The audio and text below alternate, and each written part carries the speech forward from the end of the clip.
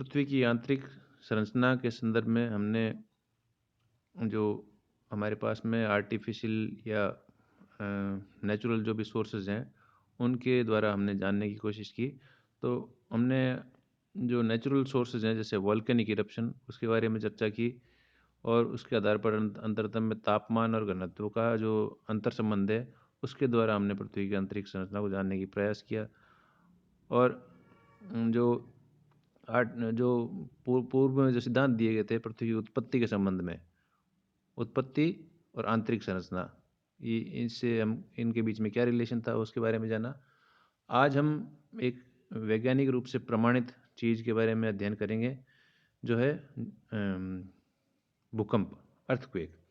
Earthquake के behaviour से हमें ये ज्ञात होता है कि पृथ्वी का अंतरतम कैसा होगा। तो कैसे हमें ज्ञात होगा, उसको जानने से पूर्व हम ये जान लें कि अर्थक्वेक क्या है और अ, उससे निकलने वाली तरंगें कितने प्रकार की हैं। तो अर्थक्वेक है जो ट्रेमर्स, झटके जो महसूस होते हैं पृथ्वी की सतह पर प्लेटों के मूवमेंट के द्वारा। आगे हम पढ़ेंगे कि भाई प्लेट्स क्या होती है, इनका मूवमेंट कैसे होता है। फिलहाल ये जान लो कि पृथ्वी की सतह जो है वो कई प्लेटों से मिलकर बनी हुई है। तो इन प्लेटों के मूवमेंट के कारण जो हमें पृथ्वी के सतह पर जो झटके महसूस होते हैं, उसे हम भूकंप कहते हैं। ये मूवमेंट के कारण हो सकता है ग्लोबल स्केल पर, और लोकल स्केल पर अगर कोई फोल्ड बना है या फॉल्ट बना है, जिसके बारे में फोल्ड और फॉल्ट्स की बारे में हम अध्ययन करेंगे आने वाली कक्षाओं में।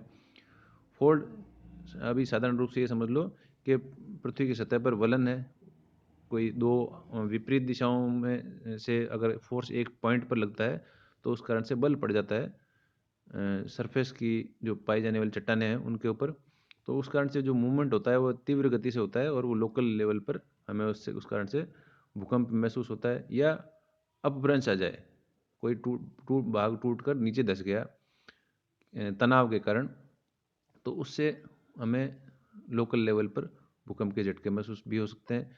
तो ये जो कुल मिलाकर ये है कि जो सरफेस पर हम पृथ्वी का हिलना जो महसूस करते हैं, उसे हम भूकंप की श्रेणी में रखते हैं।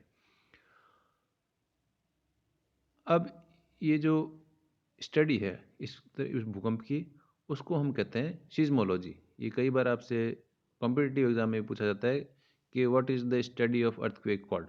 तो ये सिज्मोलॉजी, सिज्मो मतलब भूकंप और उसका लॉजी मतलब अध्ययन, उसका सिज्मिक मूवमेंट्स के कारण जो पृथ्वी के ऊपर जो चलन होता है, उसको उसका अध्ययन को हम सिज्मोलॉजी बोलते हैं। और इसको मेजर किया जाता है दो तरीके से, इंटेंसिटी और मैग्नीट्यूड। इंटेंसिटी मेजर की जाती है रिक्टर पैमाने पर और मैग्नीट्यूड मेजर किया जाता है मर्केली पैमाने पर।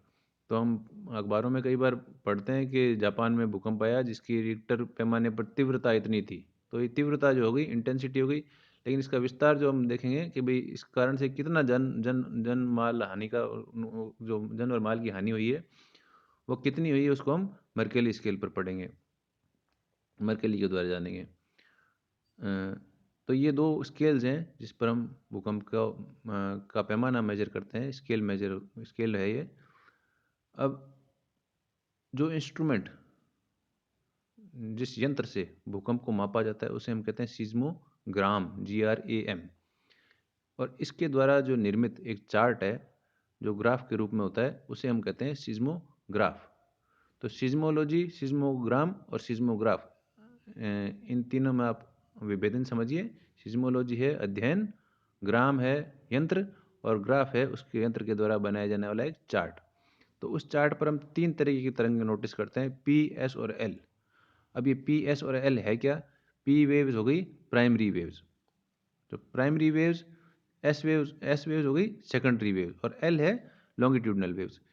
ये इनका जो भूकंप के आने के बाद जो झटके महसूस होते हैं, तो वो तरंगों के रूप में होते हैं। उन तरंगों को मेजरमेंट तीन तरीके से, मतलब मेजरमेंट करते हैं। तो उसका जो बिहेवियर है वो हमें तीन रूप में मिलता है, एक पी के रूप में, एक एस के रूप में और एल के रूप में। अब किस तरह से बिहेव करती है वो हम पढ़ेंगे। प्राइमरी वेव जो होती है वो जैसे ध्वनि की तरंग होती है, ध्वनि की तरंग वो ऐसे होगी, जब हम बोलेंगे तो जो वॉइस है, वॉइस की जो ट्रेवल का बिहेवियर है, वो बिहेवियर कैसा होगा? वो तरंग एक बार आगे जाएगी, एक बार पीछे आएगी, एक बार आगे जाएगी, एक बार पीछे जाएगी। तो बैक एंड फोर्थ जो मूवमेंट हो रहा है in the direction of wave propagation, मतलब जहाँ वेव जा रही है उसमें जो मॉलिक्यूल्स हैं, मॉलिक्यूल्स में जो मूवमेंट होगा वो बैक एंड फोर्थ होगा।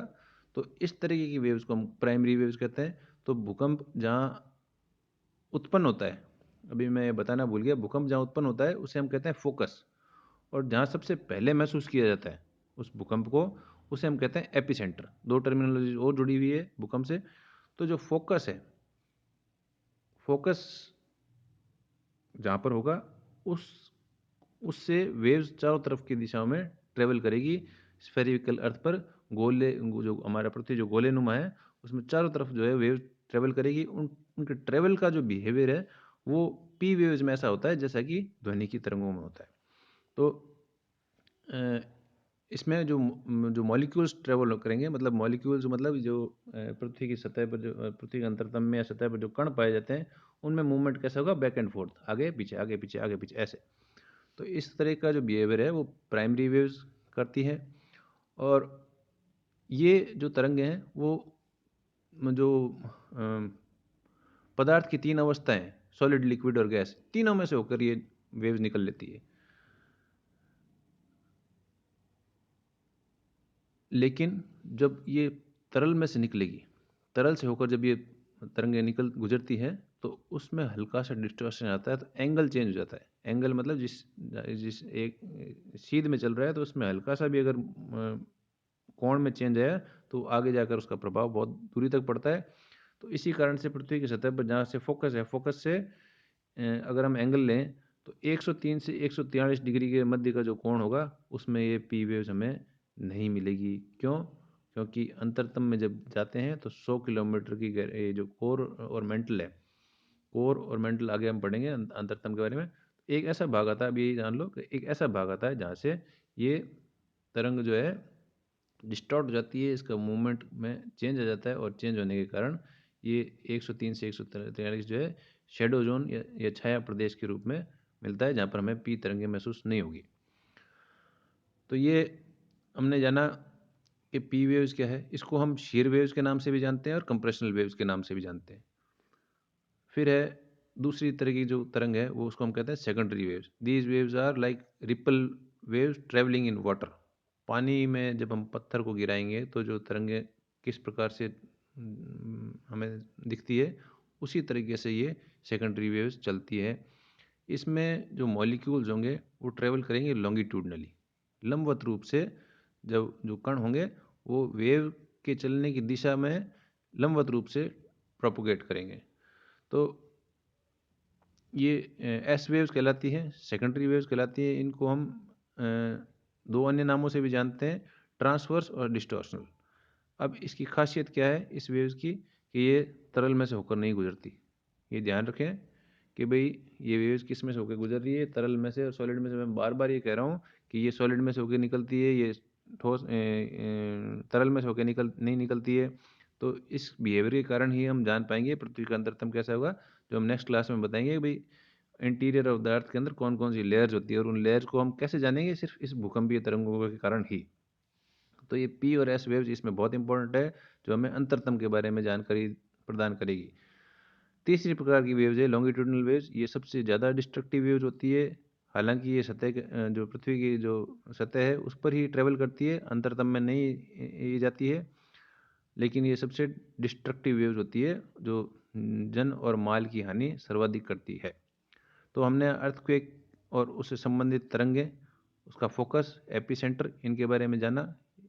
कुछ टर्मिनोलॉजीज हमने सिज्मोलॉजी, सिज्मोग्राफ, इनके बारे में चर्चा की। इनको आप अध्ययन करें अपनी पुस्तक से।